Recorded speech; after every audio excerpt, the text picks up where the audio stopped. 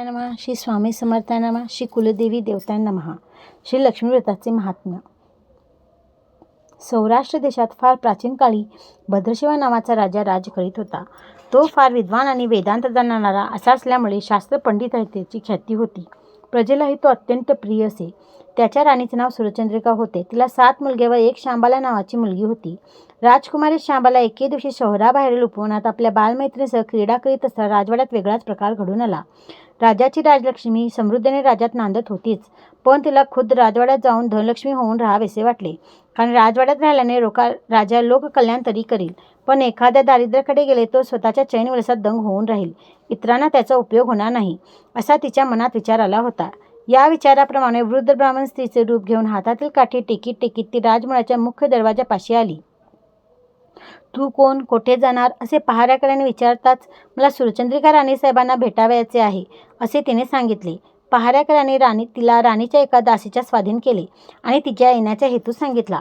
तेव्हा त्या दासीने प्रश्न केला, आजीबाई आपण कोण, राहता कुठे, नवऱ्याचे नाव काय, राणीसाहेबांकडे आपले जाणे कसे होणार, तेव्हा तो सर्व खुलासा करा, म्हणजे मग राणीसाहेबांकडे मी तुमची दाद लावून देईन. लक्ष्मीने उत्तर दिले, मुली, मी द्वारकेत राहणाऱ्या भुवनेश नावाच्या विद्वान ब्राह्मणाची पत्नी असून माझे नाव कमला आहे. ही तुमची सुरचंद्रिका राणी आहे ना, ती मागील जन्मी ब्रह्मदत्त नावाच्या श्रेष्ठीची पत्नी होती.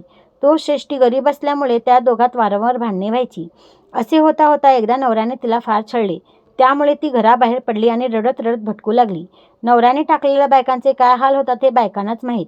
त्यामुळे मला तिची दया आली आणि तिच्या माझ्या जवळ घेतले आणि दारिद्र्य दूर करण्याचा उपाय म्हणून लक्ष्मीव्रताची माहिती मी तिला सांगितली. माझ्या सांगण्याप्रमाणे तिने लक्ष्मीव्रत केले आणि व्रताच्या प्रभावाने लक्ष्मी तिच्यावर प्रसन्न झाली. नवऱ्याने तिला घरी बोलावले. पैशात सुकाळ झाल्यामुळे नवरा बायकोतील तंटाई मिटला. दोघेही सुखसमाधानाने नांदू लागले. पुढे यथाकाळ त्यांना एकदम मृत्यू आला आणि लक्ष्मीव्रताच्या प्रभावाने गोलोकवास त्यांना प्राप्त झाला. इतकेच नव्हे तर आत्ता राजा राणी म्हणून ती दोघे सुखोपभोग घेत आहेत. थोडा वेळ थांबून ती वृद्ध स्त्री पुढे म्हणाली, अतिश्रीमंती अतिसुख झाले की मनुष्याला व्रतवैकल्य देवधर्म यांचा विसर पडतो. याचप्रमाणे या राणीला लक्ष्मीव्रताचा विसर पडला आहे.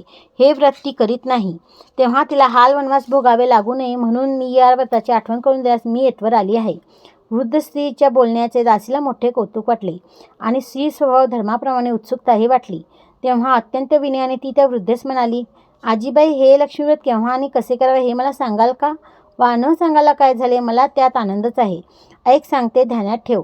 मार्गशीर्ष महिन्यातील पहिल्या गुरुवारी सकाळी नदी विहिरीवर जाऊन स्नान करावे. 5 झाडाचे 5 डहाळे काढावेत. ते भरल्या कळशीत ठेवून ती घरी आणावी. रांगोळी काढून पाट मांडावा. पाटावर साडी घालून त्यावर ती कळशी ठेवावी.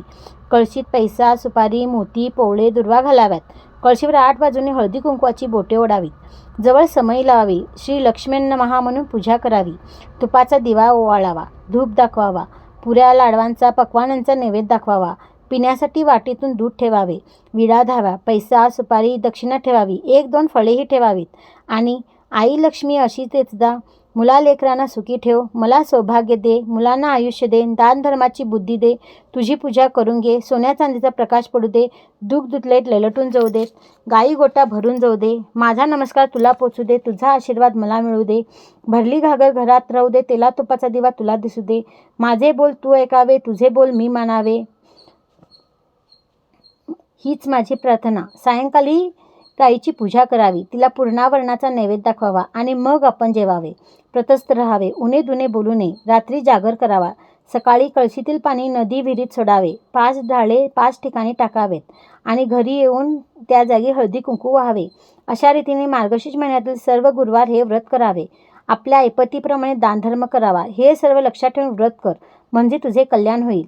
हे व्रत तुला कोणी भक्तीने विचारले तर सांग, अभक्तीने विचारले तर सांगू नको. दासीने हे सर्व मन लावून श्रद्धेने ऐकून घेतले. नंतर तिने त्या वृद्ध स्त्रीस नम्रतेने म्हणाली, आजीबाई, तुम्हाला इथे बराच वेळ थांबविले, राग मानू नका. आत्ता जाऊन राणीसाहेबांना तुम्ही आल्याचे सांगते. नंतर तिने राणीजवळ जाऊन वृद्ध ब्राह्मण स्त्री भेटावयाला आल्याचे राणीला सांगितले. राणी सुरचंद्रिकाला आपल्या वैभवाचा मोठा गर्व झाला होता. ती आपल्या तोऱ्यातच वावरत असे. दासीने सांगितलेला निरोप ऐकून ती फारच भडकली आणि एकदम त्या वृद्ध स्त्रीजवळ येऊन म्हणाली, का ग थेरडे, तू कशाला आलीस इथे, कुणी सोडली तुला इथवर, चल चालती हो इथून. लक्ष्मी म्हणाली, का ग इतकी उद्दाम झालीस होय, राजवैभवाचा तुला मोठा गर्व झाला आहे, तू जा म्हणण्याआधीच मी निघाले. माझ्या या लक्ष्मीच्या वारी तू अशी अवहेलना केलीस, याचे फळ तुला लवकरच मिळेल. ही निघाले मी. बोलता बोलता ती चडपडत चालूही लागली. उपवनात सखीजनांसह क्रीडा करण्यासाठी गेलेली राजकुमारी श्यामबाला याच वेळी परत येत होती. तिला काठीत टेकीत चडपडत चालली ती वृद्ध ब्राह्मणी दिसली. तिने तिच्याजवळ जाऊन अगत्याने तिची चौकशी केली. तेव्हा राणी लक्ष्मीने राजवाड्यात घडलेली सर्व हकीकत तिला सांगितली. लक्ष्मीव्रत ही सांगण्यास ती विसरली नाही, कारण श्यामबालेनेही तेथे राहू नये असेच तिला वाटत होते. लक्ष्मीचे सर्व बोलणे शांतपणाने अत्यंत भक्तीने श्यामबालेने ऐकून घेतले. आईला काही न बोलता तिने त्याच दिवशी आपल्या सखीजनांच्या मदतीने व्रत करण्यास आरंभ केला. मार्गशीर्ष महिन्यातील त्या पहिलाच गुरुवार होता. लक्ष्मीच्या प्रसन्नतेने 3च आठवड्यात तिला त्या व्रताचा प्रत्यय आला. चंद्रगिरी राज्यात राजपुत्र चंद्रशेखर याच्याशी श्यामबालेचा मोठ्या थाटामाटाने विवाह संपन्न झाला आणि आईवडिलांचा निरोप घेऊन ती सासरी निघून गेली. सर्पाप्रमाणे फुसफुसणाऱ्या राणीजवळ राहणे तिला अवघड झालेच होते. तसाच मनासारखा पती मिळाल्यामुळे चंद्रगिरी राज्यात ती कायमची राहायला लागली. इकडे भद्रशिवा राजा अस्वस्थ झाला. राणीच्या अडमुठ्या आणि बेपर्वाईच्या वर्तनामुळे नोकर-चाकर बिघडले. गृहलक्ष्मी निघून गेल्यामुळे औदस्त्याचे साम्राज्य घरात सुरू होते. पुढे काय करावे राजाला सुचेना. प्रजेतील एकोपा नाहीसा झाला. सैन्यात बंडही माजली. शत्रूंनी आक्रमण करून राजवाडा घेरला. राणीच्या गर्विष्ठेमुळे राजाही राणीसह कसाबसा निसटला. राज्य गेले, वैभव गेले, आसरा नाहीसा झाला.